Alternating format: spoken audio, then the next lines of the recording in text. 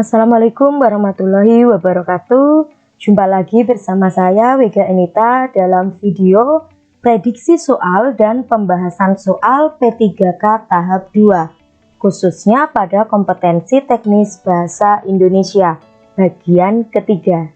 Jadi video ini adalah lanjutan dari video sebelumnya ya teman-teman. Pada video ini saya akan melanjutkan membahas soal dari nomor 6 sampai nomor yang terakhir. Soal nomor 6. Kutipan cerpen di atas mengandung nilai. Nah, kalau seperti ini tetap kita harus baca terlebih dahulu ya teman-teman. Kita baca dengan cepat. Kalau begitu, mengapa Syarifuddin meninggal pada hari kedua setelah dia disunat? Darah tak banyak keluar dari lukanya. Syarifuddin kan juga penurut, pendiam. Setengah bulan hampir dia mengurung diri karena kau mengatakan kelakuan abangnya sehari sebelum disunat itu.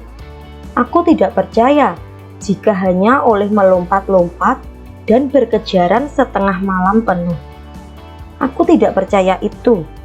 Aku mulai percaya desas-desus itu bahwa kau orang yang tamak, orang yang kikir, penghisap, lintah darat. Inilah ganjarannya. Aku mulai percaya desas-desus itu tentang dukun-dukun yang mengilu luka sunatan anak-anak kita. Aku mulai yakin mereka menaruh racun di pisau dukun-dukun itu. Cerpen Panggilan Rasul Hamzat Rangkuti. Nah, kutipan cerpen ini mengandung nilai apa teman-teman?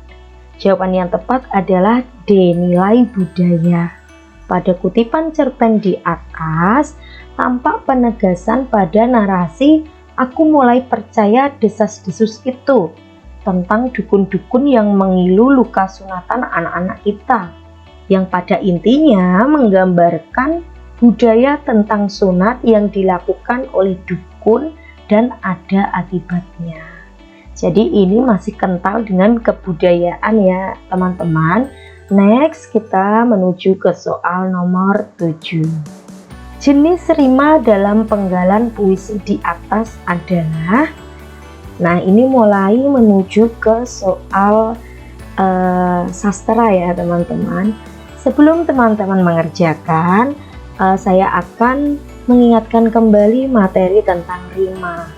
Jenis-jenis rima. Ada 5 jenis rima teman-teman. Yang pertama yaitu rima bersilang berpola. Adalah baris rima pertama sama dengan rima ketiga dan baris kedua sama dengan baris keempat. Rima ini juga biasa disebut dengan rima bersilang atau rima AB yang sering kita jumpai pada teks pantun ya. Lalu yang kedua yaitu rima sejajar berpola, disebut juga dengan rima lurus atau sama bunyi. Adalah baris rima pertama, kedua, ketiga, dan keempat sama. Seperti pada syair ya teman-teman, berrima a. Yang ketiga yaitu rima kembar berpola, disebut juga dengan rima berangkai atau berpasangan. Adalah baris pertama sama dengan rima baris kedua, sedangkan baris ketiga rimanya sama dengan rima baris keempat atau kita sering sebut rima AABB. Yang keempat, rima berpeluk berpola. Adalah baris pertama sama dengan baris keempat, sedangkan baris kedua sama dengan baris yang ketiga. Disebut berpeluk ini karena awal dan akhirnya mengapit rima yang tengah ya. Jadi ya, rima yang tengah itu sama teman-teman. Yang kelima yaitu rima patah. Rima ini tergantung pada sebuah pola yang digunakan pada puisi tersebut. Misalnya rima AAAB, ABAA, AABA. Jadi rima ini bergantung pada pola puisinya ya teman-teman. Kalau kita lihat lagi langsung ke soal, kita lihat soalnya. Pagiku hilang sudah melayang, hari mudaku telah pergi, kini petang datang membayang, batang usiaku sudah tinggi. Sebetulnya tidak perlu teman-teman baca ya untuk mengefektifkan waktu. Jadi teman-teman lihat akhirannya saja, rimanya saja.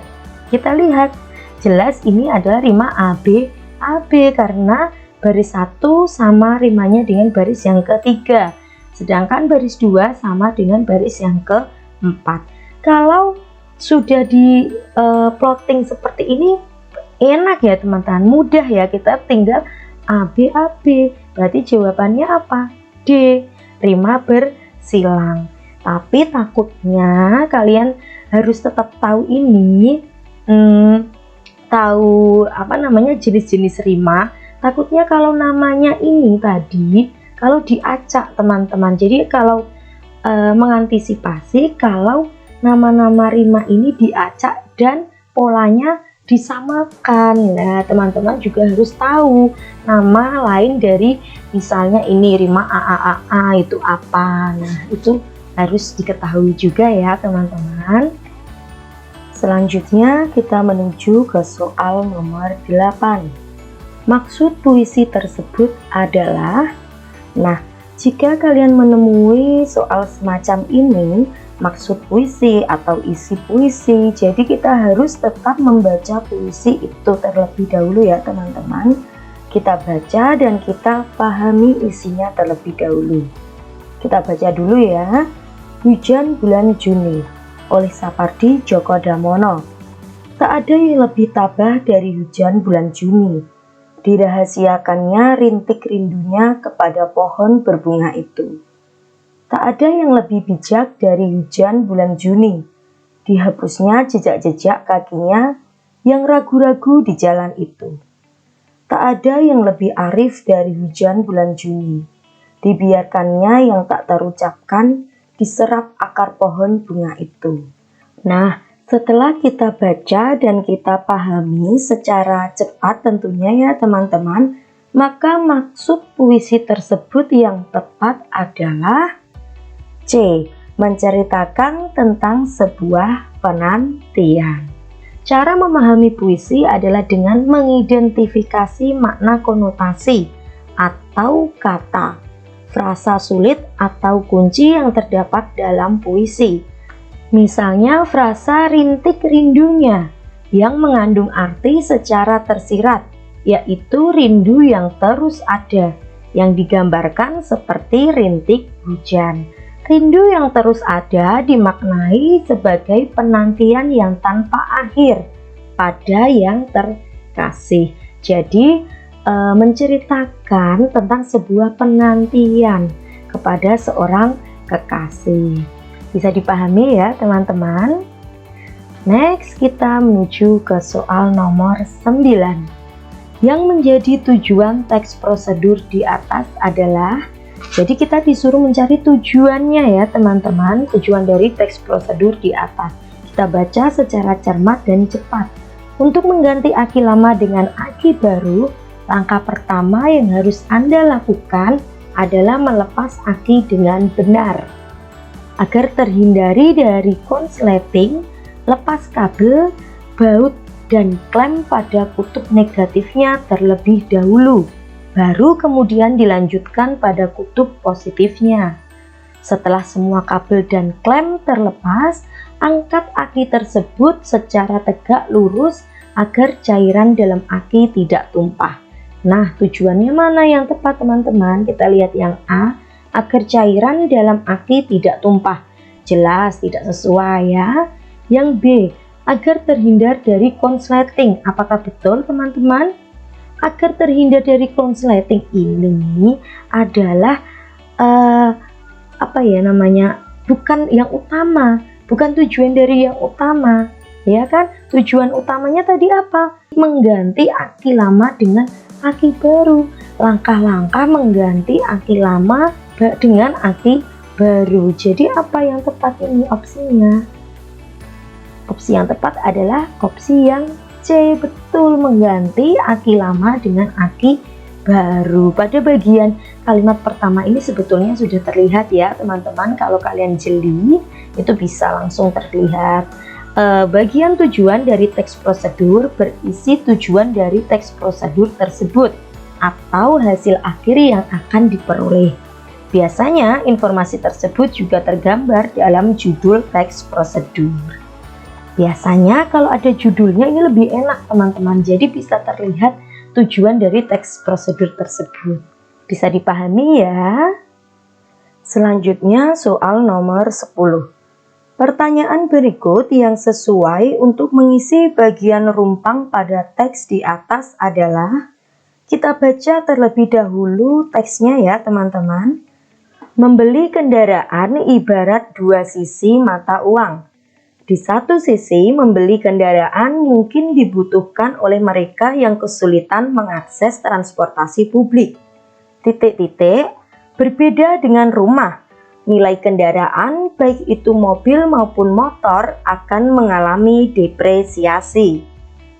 Pernyataan berikut yang sesuai untuk mengisi bagian rumpang pada teks di atas adalah, untuk mengerjakan soal-soal seperti ini teman-teman, kita bisa mencocokkan opsi yang ada yaitu A sampai E langsung ke dalam bagian yang rumpang dengan memperhatikan kalimat sebelum dan kalimat sesudahnya.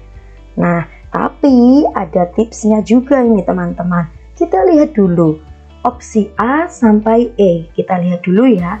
Ada beberapa bagian yang berbeda dan ada beberapa bagian juga yang sama.